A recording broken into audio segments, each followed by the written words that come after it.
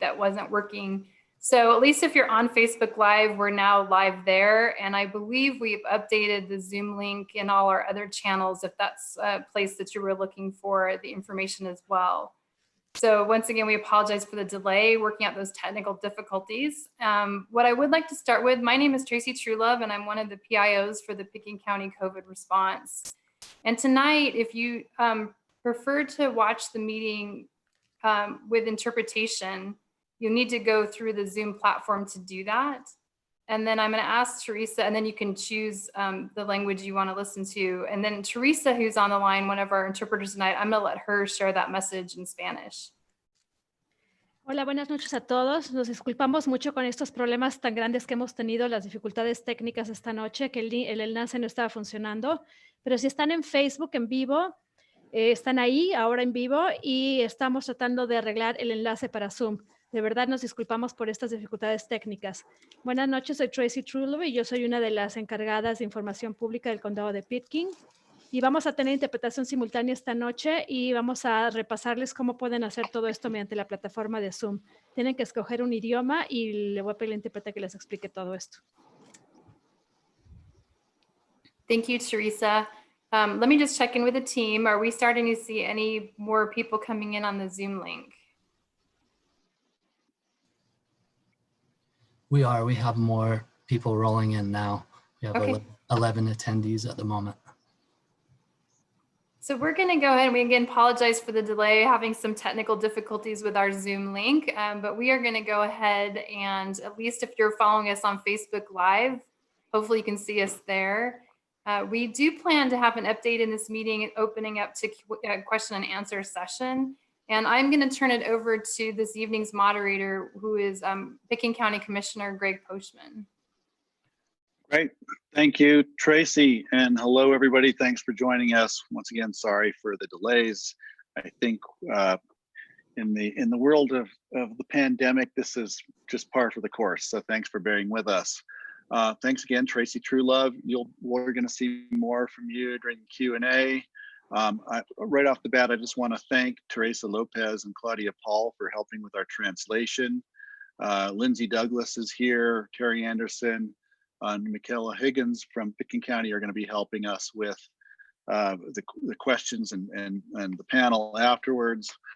Tonight we have on our panel Jordana Sabella, our interim public health director. So glad to have Jordana here.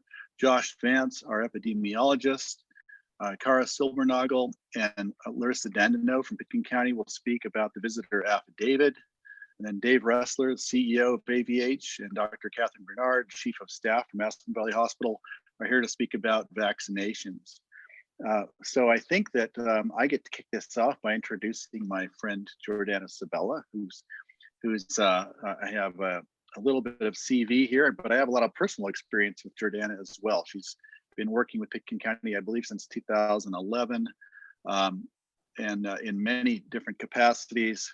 I do know that she was one of the original interviewees when we opened our Board of Health in our public health department, and so now she's been here the entire time, and she's stepping in as our interim director, and we're very grateful to have her here. I also wanted to point out something I learned this week is that Jordana came up into graduate school, and I think she's a friend with her, perhaps it was your teacher or your counselor was Jill Ryan, who's our Colorado Department of Public Health Director. They have a close relationship, and both have expressed to me, I think, just the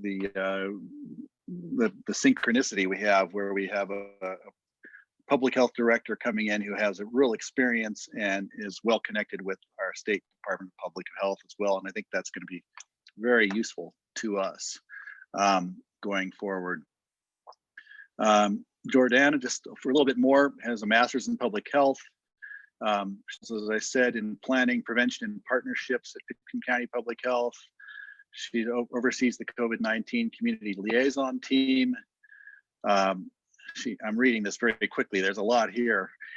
She's led a regional effort to assess the community's health and address community health priorities, which currently, other than pandemic, have been mental health and healthy housing.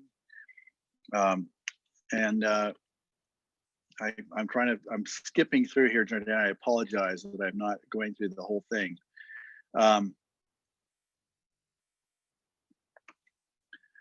Here's a nice quote from Karen Kinnaman, our outgoing public health director. She said, "I've worked with Jordana over the past 8 years in various capacities. Not only does she bring a skilled understanding of the art and science of public health to this role, she also brings a cogent communication style and a deep commitment to promoting and protecting the health of the community she loves. I'm grateful to hand over the reins to such a colleague, and I'm excited for her and Larissa to be able to move into these new leadership roles."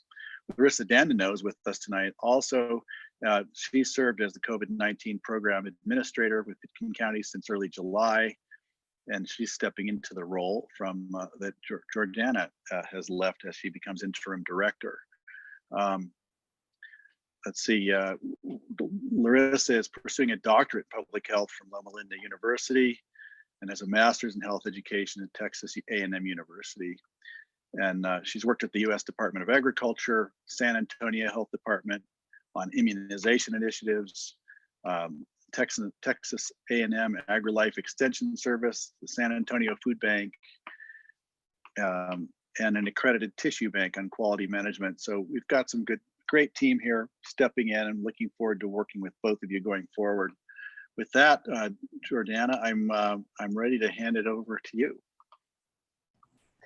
Well, thank you, Greg. I'm really looking forward to this very unique and challenging opportunity of stepping in to lead the department and the community through this challenging time of dealing with the COVID-19 pandemic. And you know what really makes me excited for this role is the fantastic team that we have at the Public Health Department and the very supportive administration and Board of Health and Board of County Commissioners that I do get to work with.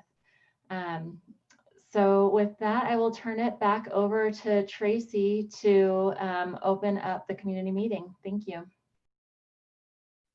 Actually, I'm giving that honor to Greg tonight. So we're gonna, I believe, move right into our data update with Josh Vance. It's the hot potato. Yep, Josh Vance is up next with the epidemiology update. Take it away, Josh. You've got slides too. Here we go. Great, thanks, Greg. So I wanted to start off with just an overview of what we're seeing across the country, and then a little bit more of what we're seeing here locally. The first thing I really want to touch on and make the community aware about is that even though we haven't seen any deaths among Pitkin County residents since March, you know, our country is being severely affected by hospitalizations and people now dying from COVID-19. On December 9th, we hit the highest one-day death toll from coronavirus with over 3,000 deaths. So that was more people than had died during or on 9/11. And so the CDC director warned that for the next 60 to 90 days, we will probably have more deaths per day than we had both during 9/11 or at Pearl Harbor. So just a staggering number of people dying. Some of you probably saw in the news that COVID has become the number one or the reason why the highest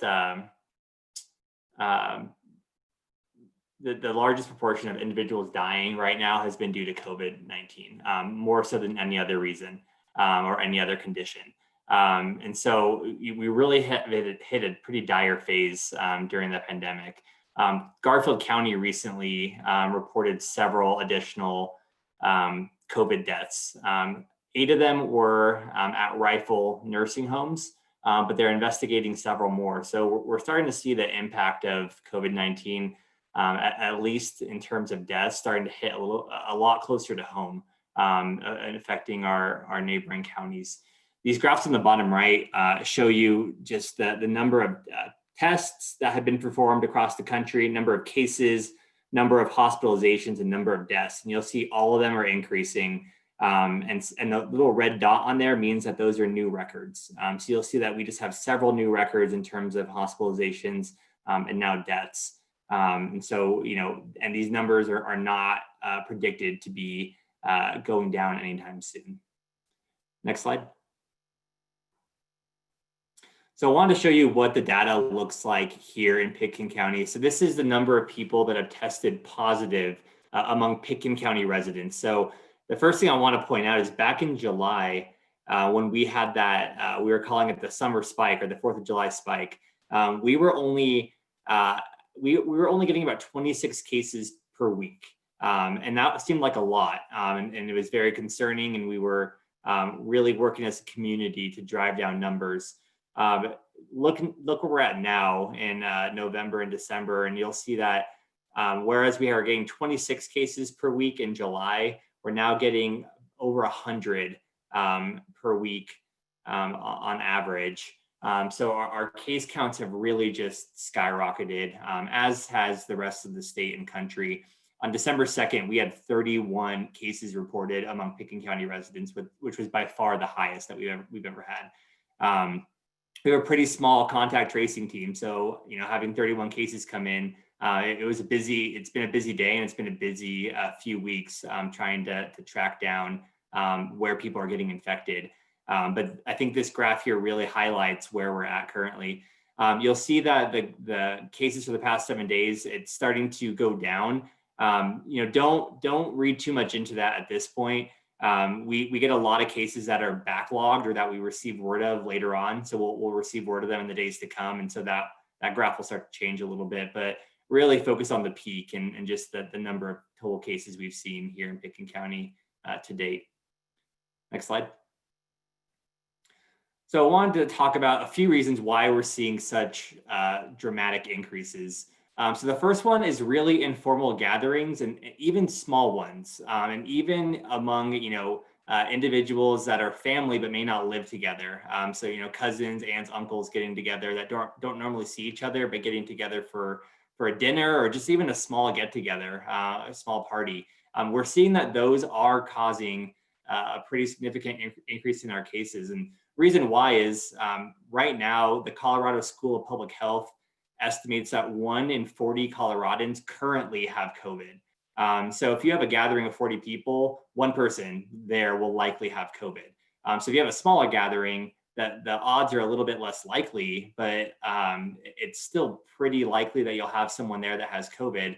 And when you sit in these enclosed environments for long periods of time, usually without masks on, we see the majority of folks who are at these informal gatherings becoming infected. And the symptoms do tend to be more severe because you have a prolonged exposure to people with COVID. And so we're finding that on average, those who are attending these informal gatherings, usually in homes, tend to have more severe symptoms. So it's something that we monitor closely and keep an eye on, but really it's concerning to see just the level of spread that we find at these informal gatherings. Second, that we've talked about for a long time is lack of distancing. So, when your mask is on, it does provide a level of protection, but many studies currently are showing that, while masks are effective, they're probably only about 50% effective. So, they will prevent you from inhaling a lot of the virus, which means you may have milder symptoms, you may not get as sick, but they're not foolproof. So while masks help, you still need to distance when you're wearing masks. So we find people, especially at the work setting, talking to each other, much more closely than they should be, with only 2 to 3 feet of distance. And so that is actually leading to spread because your masks have gaps in them, so the virus can easily find its way in. So we're finding that that lack of distancing has been an issue. And then lastly is really small spaces. So, particles can linger in the air and infect those who are more than 6 feet away, especially when you have these smaller rooms that have poor ventilation systems. So break rooms and other types of settings that are less ventilated, and that where people might gather a little bit more for more of a prolonged period of time. We find that those spaces actually contribute to more spread, even when people are not within 6 feet of each other. Next slide. So then looking at, what are the solutions to trying to curb some of these issues? So with informal gatherings, we really advise that you only gather with those who live in your household. As Dr. Dr. Bernard and Dave Ressler will discuss later on that, we have vaccines that are that have been produced and will be made available soon. And these companies are working to get these vaccines out to the general public. So, we sort of have this end in sight, for lack of a better term.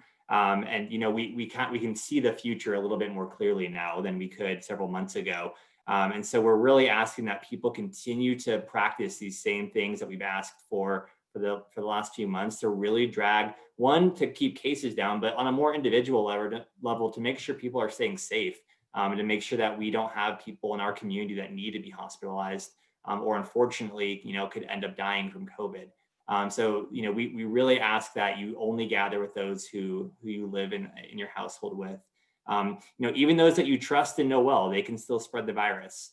There's a misconception that even if you know someone well, and you trust them and they don't feel sick, that you can't get the virus from them. It happens very often where, someone who is asymptomatic is spreading the virus to you unknowingly. So we really advise against these informal gatherings, even small ones.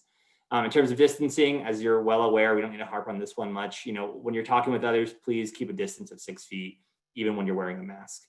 And then for small spaces, really try to avoid areas that are poorly ventilated, such as break rooms or other types of spaces.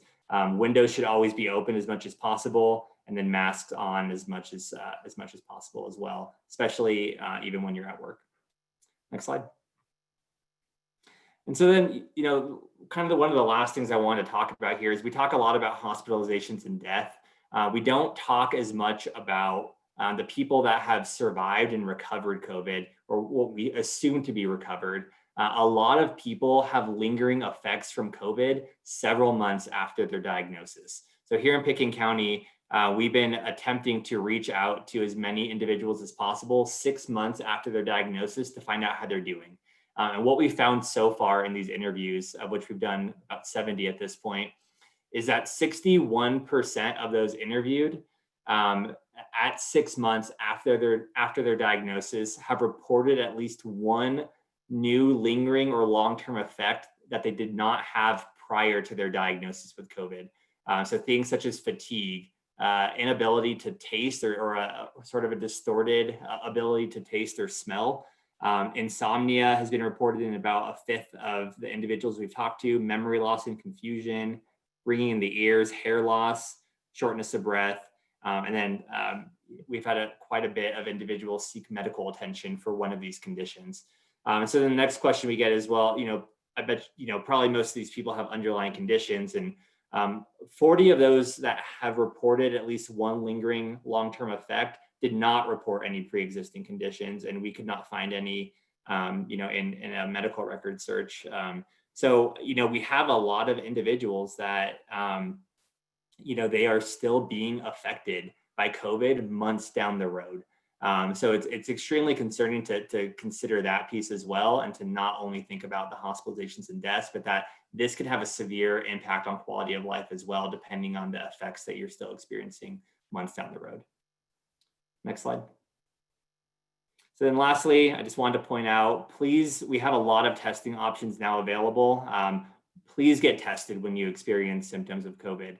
Even mild symptoms, COVID usually starts pretty mildly, but even when you have mild symptoms, you are still contagious.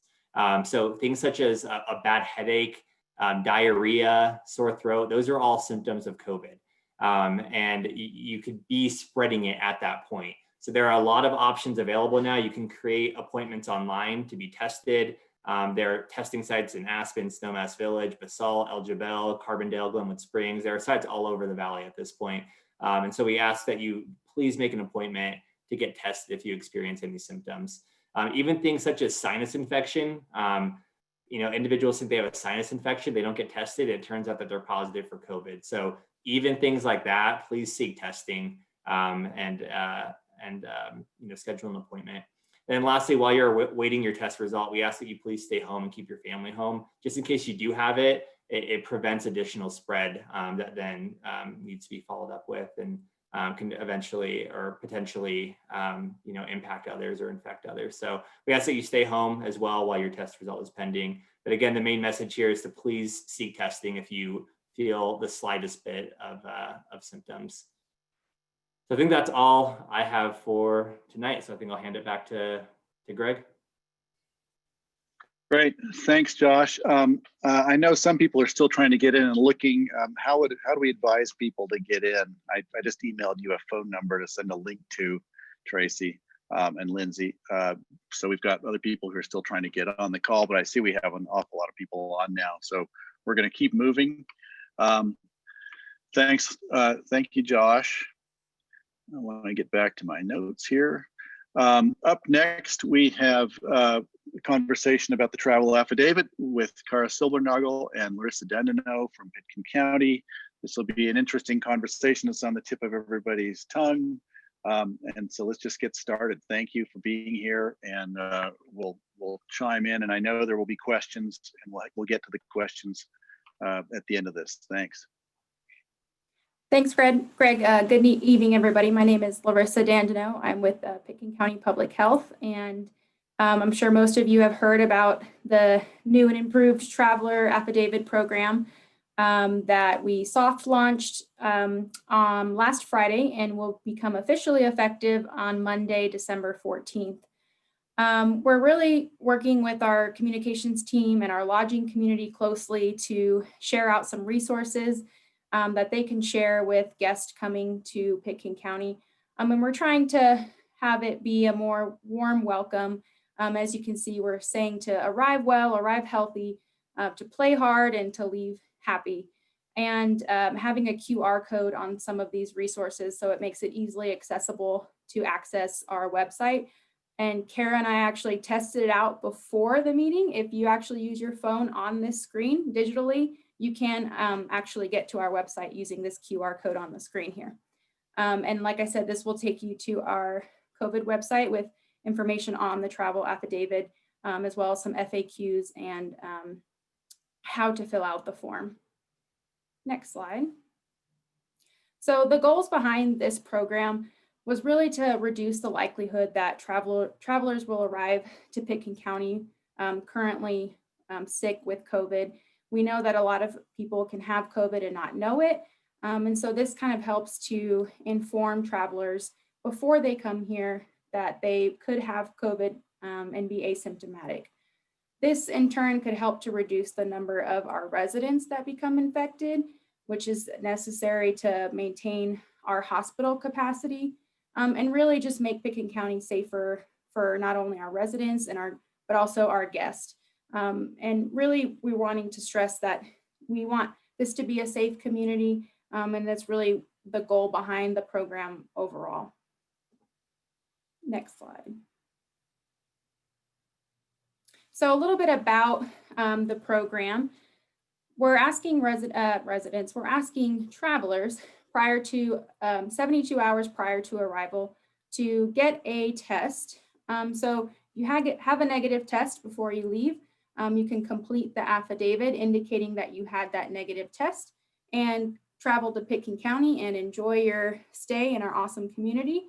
Another thing I wanted to note is if you have tested positive for COVID in the last 90 days, you would actually not need a negative test, but you would still need to complete the affidavit and indicate that you had COVID in the past 90 days and completed your isolation requirement and are not experiencing any symptoms. An antibody test does not apply to this. So if you have had a positive antibody test, it would not exclude you from the requirement to get tested and complete the affidavit. If you have not gotten tested before leaving your destination and you get here, you can complete the affidavit, travel here to Pitkin County and quarantine after you get tested, and then await your negative results. And on the next slide, I'll show you, oh, nope, sorry. After this slide, I'll show you. Go ahead, Tracy, one forward. There you go. On this slide, I will show you, we have this amazing test finder that was just implemented. which has all these different locations of where you can get tested, the cost associated if there is one, if you need to make an appointment, the type of test, if you need a referral. So it's a great resource to access if you're trying to direct anyone to where they can get tested, or if you yourself want to know where you can go get tested. If you go back one more slide, sorry, Tracy. If you did not get tested prior to arrival, again, you can quarantine for 10 days and then travel to Pitkin County or get tested, quarantine, and get negative results.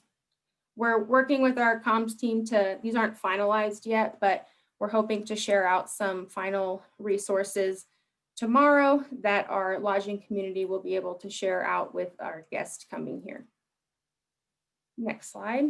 And I think you can skip to the next one there. And this part I'm going to pass over to Kara Silbernagel. Thanks, Larissa. So I'm sure we're getting lots of questions of who must complete the traveler affidavit. So again, this applies to any non-Pitkin County resident spending at least 1 or more nights in Pitkin County. That doesn't meet any of the exemptions outlined on our website. Just really quickly to run through those are people that are in transit. So you're arriving in the Aspen airport and staying in Garfield County, for example, or you're a worker and commuting up for work or school, or your critical infrastructure. So for example, flight crews, some of those pieces. You're coming to Pitkin County for medical treatment or military purposes. And again, all of those are listed out on our website. This also applies to any visits to Pitkin County if they are more than 7 days apart. But again, for those this is not for anyone doing day visits into Pitkin County. So for those in the Roaring Fork Valley coming up for the day, it does not apply. What we are asking is that all dependents are listed in the affidavit for any travelers that might be coming, but only those children that are 10 and older are required to have that negative test. And the other piece that we really want to hone in on with this traveler affidavit, kind of building upon what Josh shared, is making sure everyone is aware of our personal gathering requirement. We just got clarification today and it's being updated based on the Board of Health that the personal gathering requirement is no more than 10 persons up to 2 households. This applies to all private residences, even if it's in condos or and if they're masked or socially distanced. Again, this is where we know we're seeing a lot of spread and want to make sure that all of our travelers as well as our own community is adhering to these personal gathering requirements. Next slide. So what are the recommendations?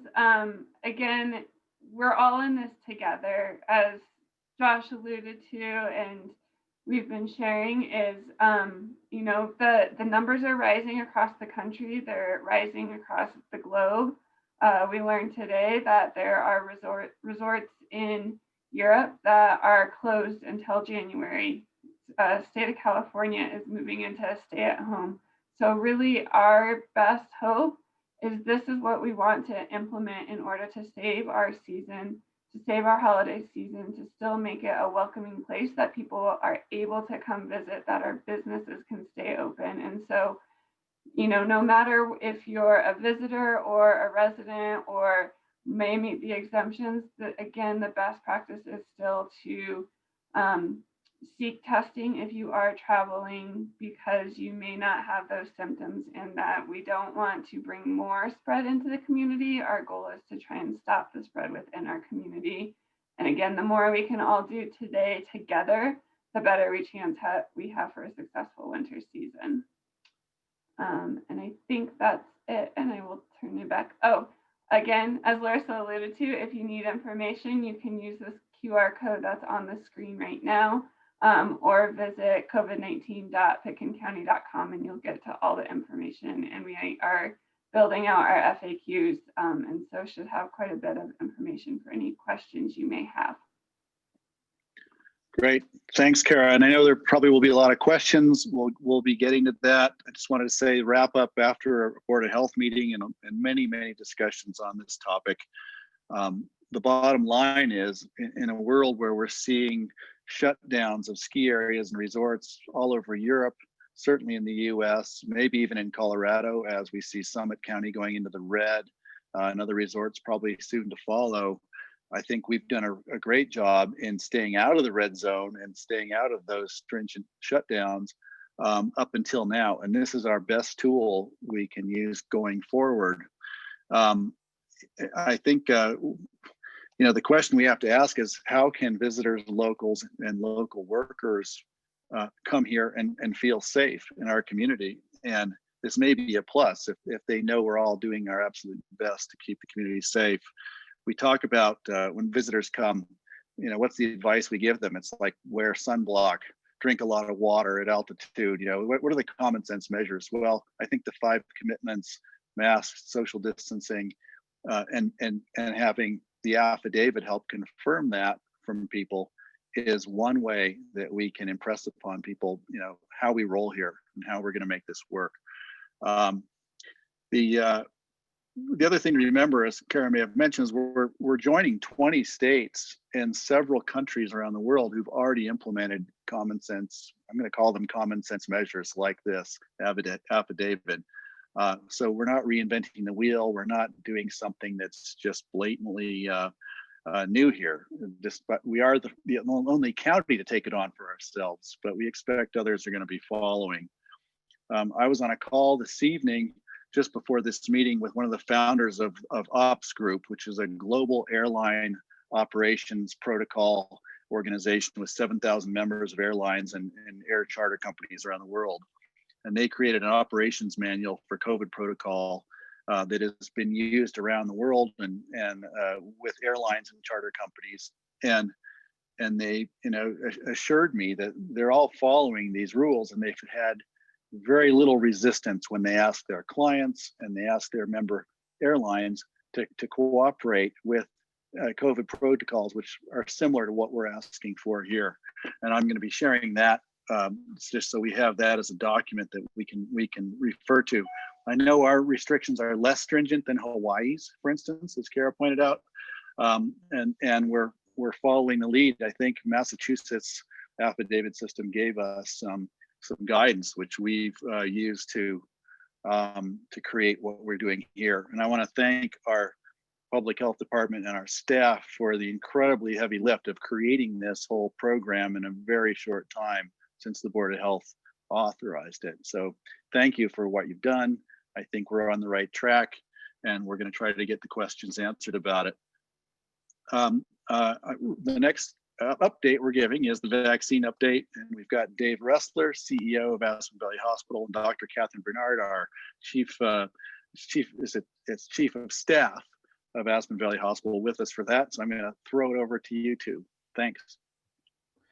Great, thanks, Greg. My name is Dave Ressler. I'm CEO of Aspen Valley Hospital, and I have the exciting job tonight of talking about what is a historical time for us, for our country, for our community, with the advent of the vaccinations being just around the corner. So I'm going to leave most of the time for Catherine, and also we have a lot of questions about the affidavit that we want to make sure we allow time for. But my job is to tell you, the community, that we as healthcare professionals have been watching the development of these vaccines. We're excited to have them start to roll out. We expect that as soon as tomorrow, the FDA may issue its what's called an EUA, emergency use authorization, and they could start rolling as quickly as Monday. We could have literally some of our doses arriving early next week. The screen in front of you is available on the state website at covid19.colorado.gov/vaccine. That's the CDPHE state public health website. And this will give you information. There's a lot of other very good information on that website as well. I highly encourage you to check it out, but you'll see that there is a phased approach to rolling out the vaccinations that will start as early as next week. And we at the hospital and our healthcare workers are on the front lines. As you can see, those of our medical professionals that spend 15 minutes or more over a 24-hour period with patients. That's our critical care nurses and physicians are going to be the first to receive the vaccine. And the vast majority of all of our staff and physicians are lining up. And so our job as a hospital for their purposes is to basically queue them and be ready to receive their vaccination because we're going to be receiving them in waves. We're going to get our first wave next week, which will take care of our of that group called 1A. And then subsequent waves are going to be coming in over the next 8 weeks. So we're going to be the first in the community. I should say our employees and physicians with that patient contact are going to be the first to be vaccinated in the community, and they're going to lead the way with a safe and highly effective vaccine. So with that, I am going to turn it over to Dr. Bernard to talk about a physician's perspective on the vaccinations. Sure, Dave, thanks. I'm happy to be the bearer of some of the good news in this meeting.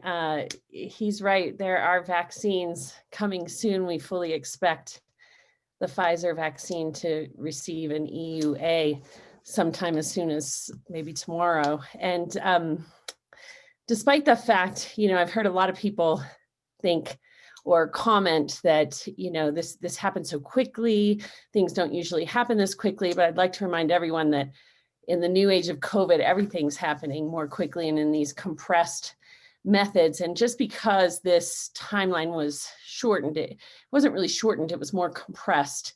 The experts do believe in an overwhelming majority that there's clear and compelling efficacy of these vaccines, meaning I think the New England Journal of Medicine said that the results of the Pfizer trial shows that COVID-19 can be prevented by immunization. So Dave's right when he says the majority of the medical staff, surely everyone I've spoken to on the frontline hospital staff is excited to line up for this virus. And certainly, I speak for the other ER staff, 100% of us, the doctors at least, are ready to accept this vaccine. We see it as a way to decrease the risk that we accept every day in caring for these COVID patients and perhaps patients that don't know they have COVID, who are asymptomatic and may be spreading it. And we look forward to having a way to decrease our risk while at work without accepting any more. It won't change the way we behave outside of work or even inside work. We'll still maintain all those protocols and safe behaviors. We'll still wear our masks. We'll still keep our distance, but we'll minimize our risk of getting COVID and certainly of getting serious COVID illness. So it is good news and we're looking forward to it. Great. Is that it for Dave and Catherine? Dr. Bernard, thank you. I brought this up at the Board of Health meeting today. Also, I'm struck by what Dr. Bernard just said, and I think you were referring to hospital staff, but I think it applies to everyone. The Time magazine had an article from last November 19th, and the article from November 19th in Time is COVID-19 vaccines are coming. Here's what to expect. Full of great information and questions, which I hope and assume are accurate, being Time magazine. And the question that I wanted to bring up and share with you and ask you about is the question, will I still have to wear a mask and social distance after I get vaccinated? And the answer is a definitive yes. And it says the studies so far show only that the vaccines can protect against getting sick with the disease and may not prevent being infected with the virus. So it's important still to follow the public health measures to throw up the invisible wall against the coronavirus. So even if you're immunized, you can still get infected and therefore pass it on to others. That's why masks, social distancing, practicing the 5 commitments, avoiding large gatherings is still going to be part of our healthy lifestyle going forward. I want to make sure that message gets across if you'll approve of it, because I want to hear it from you, I think. If any comment on that, you could shake your head, or maybe we can move on. I see I just wanted to clarify. We're both enthusiastically nodding our heads because it's so critically important, as you just described, Greg, that this is the first step toward healing our community. And we have to continue to contain the spread, even as the vaccinations are administered. And as Dr. Bernard said, all of us as healthcare people, we're going to continue to adhere to the 5 commitments. We just will feel that much safer with the vaccine. Dr. Bernard, is that your assessment as well? Sure, Greg, thank you for letting me say it again. Sometimes I speak quickly, but yes, although I hopefully will be in the front of the line for these vaccinations, it will not change my behavior at work or at home or when I'm out in the community. I will still maintain those 5 commitments. I plan to wear a mask. I plan to limit my bubble to really just my family. I just will have that added benefit of decreasing my risk of getting a severe infection from COVID. Great, thank you. I really appreciate you underlining that point. And so I think, and just think of what's the other fallout from this is we may actually reduce the rate of the flu and the common cold and several other transmissible diseases in the process. So maybe there's a benefit for adopting these commitments to some extent going forward. Okay, I think we're ready now for what we've all been waiting for, is Q&A. And I'm going to hand this back to Tracy, who is going to be moderating Q&A, and I'll participate as best I can with the other panelists. And I don't know how you're going to handle the questions, so I'm going to just let you take that, Tracy. Good luck. Thanks, Greg. No, really appreciate everyone hanging in there with us tonight. We apologize for the technical difficulties, but we're really glad you found us. We'll make sure we have that worked out next time. But with that said, we will commit to being here a little longer than we had planned to. We really tried to keep these meetings to an hour, but again, we got a late start. So again, we appreciate you hanging in there. I'm going to start with the first question that I believe goes to our public health team around the affidavit. The question is, with this affidavit, how do you handle people driving in from other areas? There is no way to track that. Will this be required at the airport for people flying in? So maybe I'll take that a little bit. We've been working closely with the lodging community. Our goal is to really first inform and really seek voluntary compliance. Enforcement would happen more on the back end during case investigation or contact tracing, potentially future spot checks with our consumer protection staff. However, really we will have information, out at the airport. We're looking to make that more robust. We also, the lodging community, we're asking to engage with us to put some of the collateral out that's been shown tonight to make sure all our guests are aware of that requirement, to seek voluntary compliance based on creating a safer space for them and for the community. And also to inform them there are consequences if they are found to be in violation of the public health order. Great, thank you. That was John Peacock, our county manager. I'm not sure. Thank you, Tracy. He's in that Q&A. All right, next question. Will there be testing requirements for locals returning to Aspen after their travels?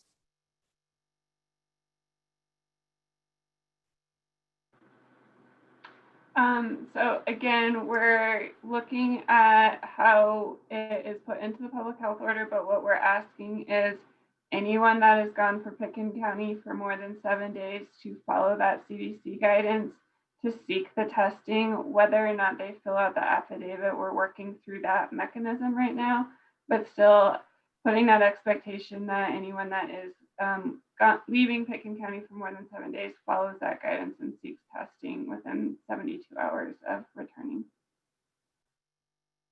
Great, thank you. Since we had the incorrect link for the first half of the meeting, will the recording be posted so that this can be watched at another time? Who wants to grab that one?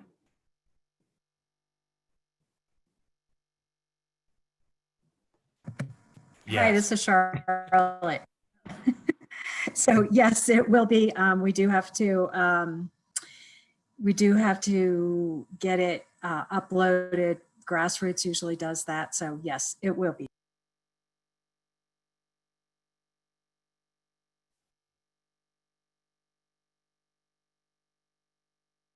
Okay, here's a question.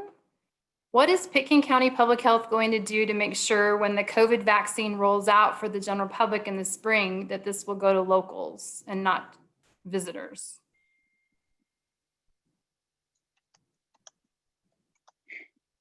So we are currently developing all of those protocols, and right now vaccines are being allocated to counties and to areas based on where you are, where you live, and so we will take that into consideration. We don't have a plan right now, but thank you for bringing that up, and that is definitely the intent, that you are vaccinated in these first rounds where you are a resident. Thank you, Jordana. Dave and Dr. Bernard, this might be a good one for you. What is your hospital capacity and what happens with ski accidents or heart attacks or other things that might be happening to someone here? I'll take the first stab. Great question. Our job is to remain open for our community and our visitors that need us for whatever purpose. And it's a safe environment with COVID to be able to come and receive the services there. So we will continue to maintain our capacity for those other services. The reason that it's so important that we contain the virus and not allow it to spread is to not have to have conflict between having to take care of patients with COVID and having to take care of meet all of our other patients' needs at the same time. So we do have surge plans in place if necessary to be able to accommodate those additional patients that may be related to COVID. But we hope we don't have to implement them. Dr. Bernard? So I would say, yes, right now our capacity is quite good. I believe we're in the green level of capacity, certainly, which means that we're able to care for everything that we're able to care for at our small facility. But I will say again, and I think I said this last time I was involved in one of these meetings of the Board of Health, that we are one part of a bigger whole. And as a small community hospital, there are some things we can't care for here. Right now, the system is still working. We're able to transfer out sick patients with stroke and heart attacks that need bypass grafting and other things that we cannot do at this hospital. But as more higher level facilities become more full, that can become difficult. Again, right now we're doing great, but we monitor what's happening on the western slope as well as in the Front Range, just to make sure that those higher level facilities, those referral centers, have the ability to take our patients. Hey, Tracy, if I could, I would love to just add on something I heard in our Board of Health meeting I think is worth sharing. One is that there's a very complex and intricate transportation network involving our ambulance crews and our staff who are moving patients between hospitals in the network that you're talking about here. And so it's amazing how you've been able to juggle to keep space and capacity in the hospitals, and also to keep the transportation teams safe for doing these transfers. But that said, the thing that I wanted to note is that I heard in the previous meeting that it would only take 3 hospitalizations in a single day to change our status with the state health and move us into the red zone, which is a game changer. And so when people wonder why we are being so careful and doing everything we can, we're just 3 hospitalizations away from changing the whole thing. Is that correct? Yes, that is correct. And so the way to think about it is if 3 people that are residents of Pickens County are admitted, have new admissions on the same day, 2 of them at AVH and another one at Valley View or somewhere else, that would trigger that red category for hospitalizations. And because we already have the high incidence rate, I'm answering public health question now, that would put us as a community into the red. So thank you for saying that. That is such a critically important part of keeping our community open. All great questions and answers. Another question, what is the expectation for lodging facilities to enforce the travel affidavit or even testing? I think you might want to just repeat what that looks like for lodging. So for the affidavit, again, we're partnering with our lodging community and asking them to inform, not enforce. And so we're putting together collateral materials that we're sharing out tomorrow. So again, if a guest arrives, we understand frontline staff, we're not asking to put them in that position, but having the educational materials, asking them, are you aware of this? Here's the information and the resources that they can go to. Great, this is an interesting question. The walk-in site in Aspen is turning people away if they don't have an appointment, even when no one is in line. That's probably the first our team has heard of that. But what I would share to answer that question as well is if you're having trouble getting into the Aspen site, if you go to our website and look at our newly launched testing site information, there's a lot more locations that have come online to make appointments. And I know at one point, the town of Snowmass Village had several sites available and weren't seeing as many appointments being made there. So I would encourage you to look at those other opportunities, but we'll also have our team kind of follow up with that question. Hey, Greg, you want to tag team some of the Q&A with me? Like you could be looking for the next one.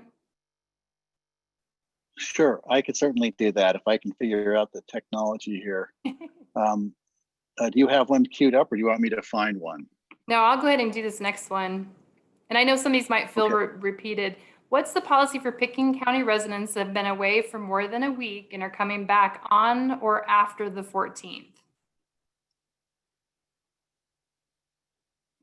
So we're really encouraging everyone who has been away from Pickens County and who is coming back to follow that CDC guidance of being tested 72 hours or sooner before coming back to the county. We're working right now to figure out what the best mechanism is for that, for residents, that if the traveler affidavit might not be the right thing for them to be filling out, but we really intend for the same expectations to apply to residents, visitors, second homeowners, for everyone to know what the expectations are, the public health order requirements, as well as the expectation for testing if you've been away before you're coming back. Great, thank you. Greg, I found one if you haven't found one yet, and this one would be for Dave and Dr. Bernard. If someone with COVID requires transfer out of AVH, is the only option an ambulance on the highway or is a helicopter medevac an option?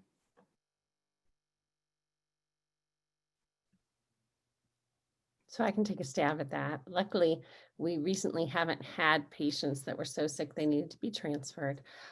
We have had more admitted patients, but not anyone transferred. That said, since the spring, when we were transferring a lot of patients by ground to avoid exposing helicopter staff, there are other methods now for containing virus, including PAPR hoods on the providers. So there is the possibility for air transport. Of course, that depends on weather and other factors, but there are other possible means of transport besides just a ground ambulance at this point, yes. Great, thank you.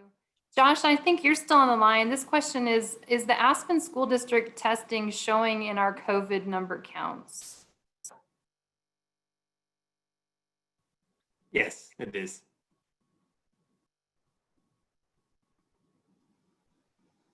Greg? Tracy, I've got one. Okay, go ahead. this is a question that said, do visitors need to take a test after arrival? They should, exclamation point. And Michaela, I think, is teed up to answer this one.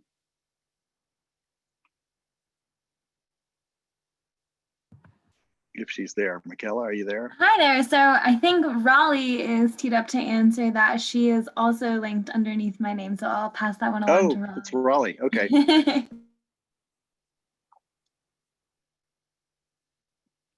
Question is, do visitors need to take a test after arrival here? Hi, yes.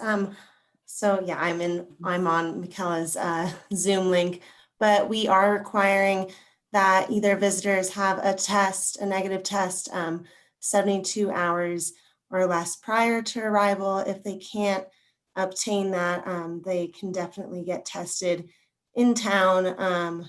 While they are required to quarantine until their test result is provided. I have another here.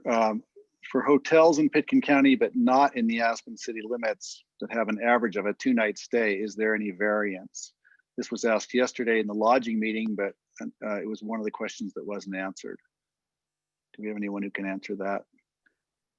Yeah, right now, this applies equally for all overnight visitors in Pitkin County. So there's no distinction between whether the overnight visitor is going to Aspen, Snowmass, or unincorporated Pitkin County. So it would apply. Right. I'll keep going, Tracy, unless you want to jump in. Here's a question which I'm sure is on a lot of people's minds. It's great to have a protocol for those coming on vacation, but what about out-of-county visitor workers? If they don't test, then the whole program seems like maybe a false sense of security. How do we ensure that locals don't infect visitors?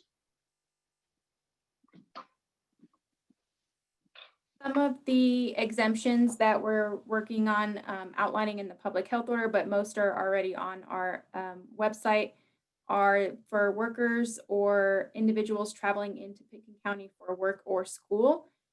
So you could say if you're commuting into the county for work or school, or if you are a critical infrastructure worker, you would also be exempt from this requirement.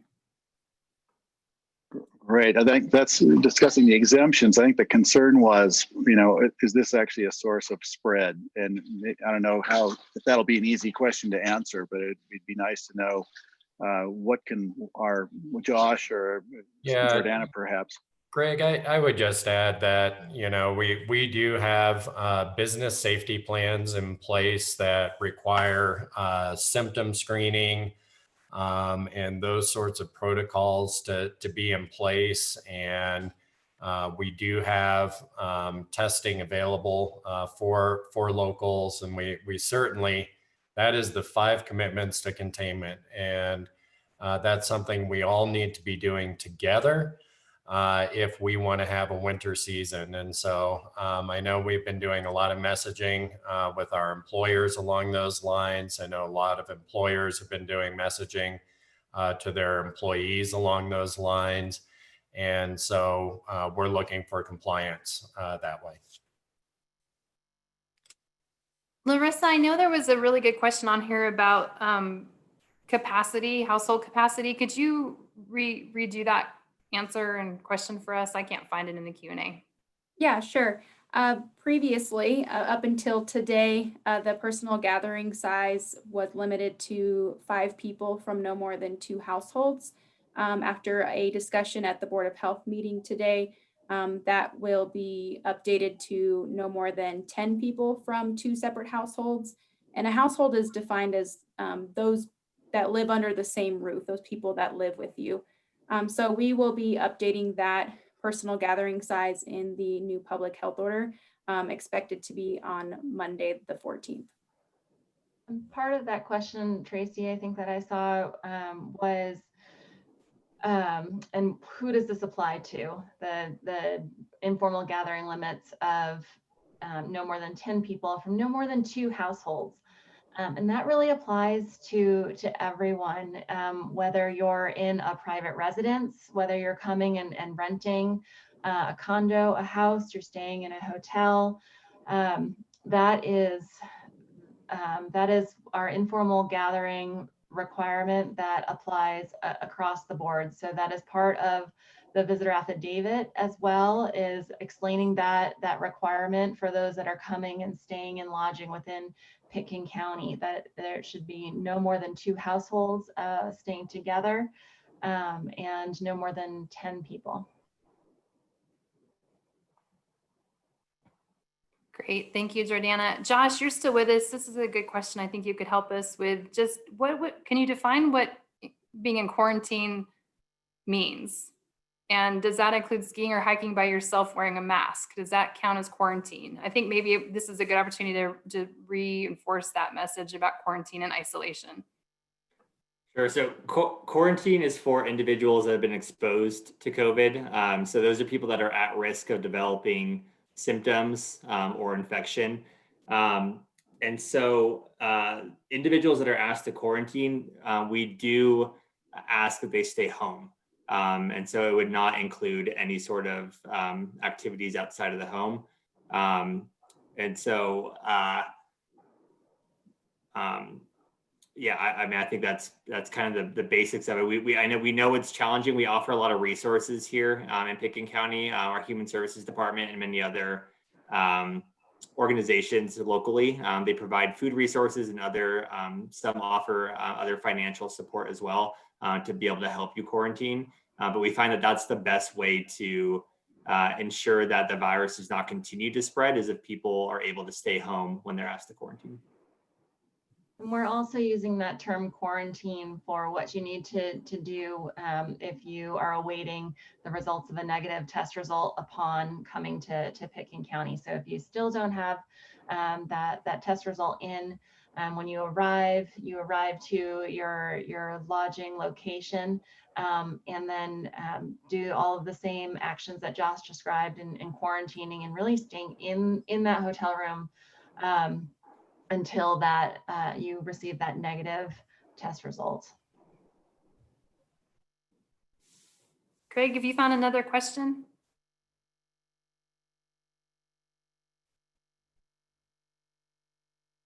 Greg's muted.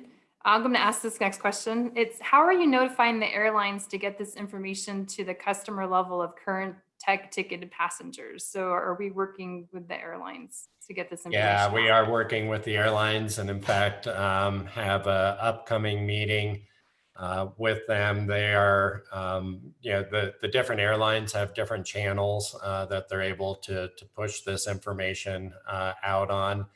And they've agreed to do that to the best of their ability. So airlines will be working with us to push out the QR codes and the messaging about the affidavit. Okay, Tracy, I'm back.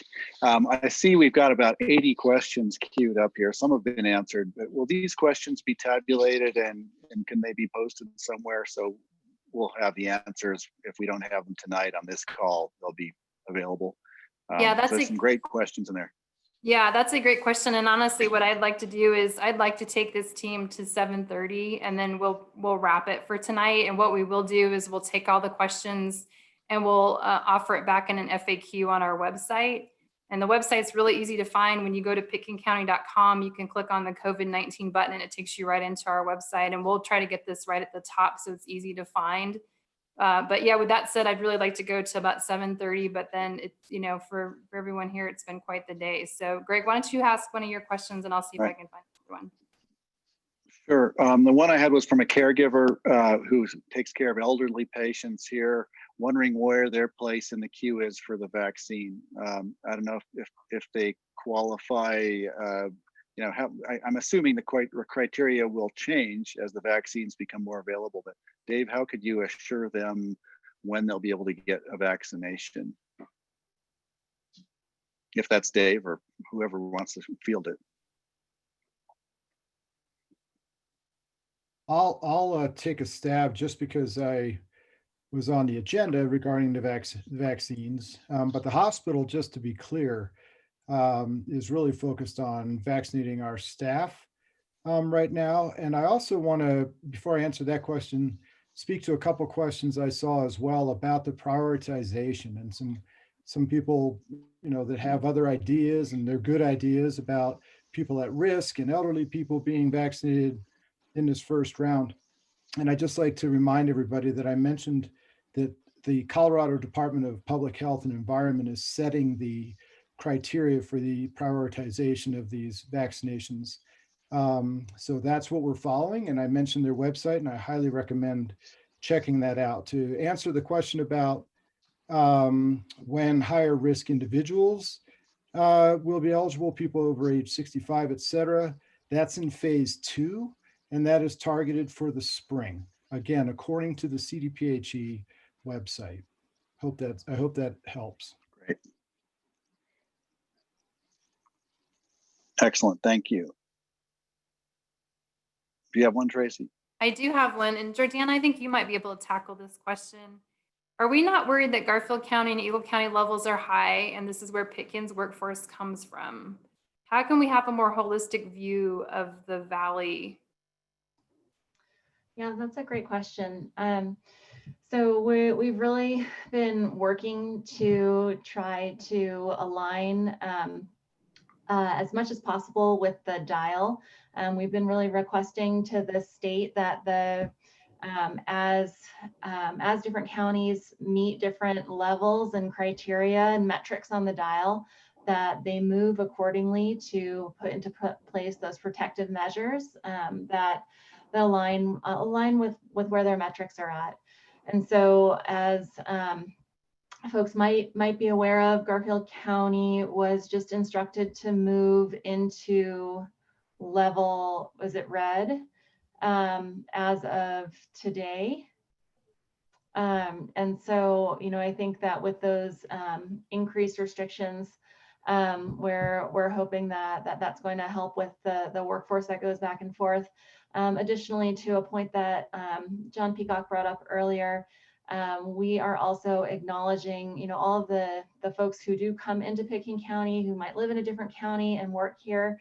When they come in as employees, they are all working under the business safety plans, event safety plans that their businesses have completed and educated them on. And so, we hope that some of that personal education and personal responsibility follows them back into their personal choices, no matter what county that they live in. Great, thank you, Jordana. Greg, I have another question, and this is to the travel affidavit team. Does the test need to be a PCR or rapid test? We can accept either a PCR or a rapid antigen test. The only test that we're not accepting at this point in time is the antibody test. Great. Okay, Tracy, I can take one. One is just the lodging community I know has been concerned. They and the restaurant community are at the front line of caring for and entertaining our customers. And I've been hearing that there's some fear that the affidavit could actually be contributing to cancellations and people coming here.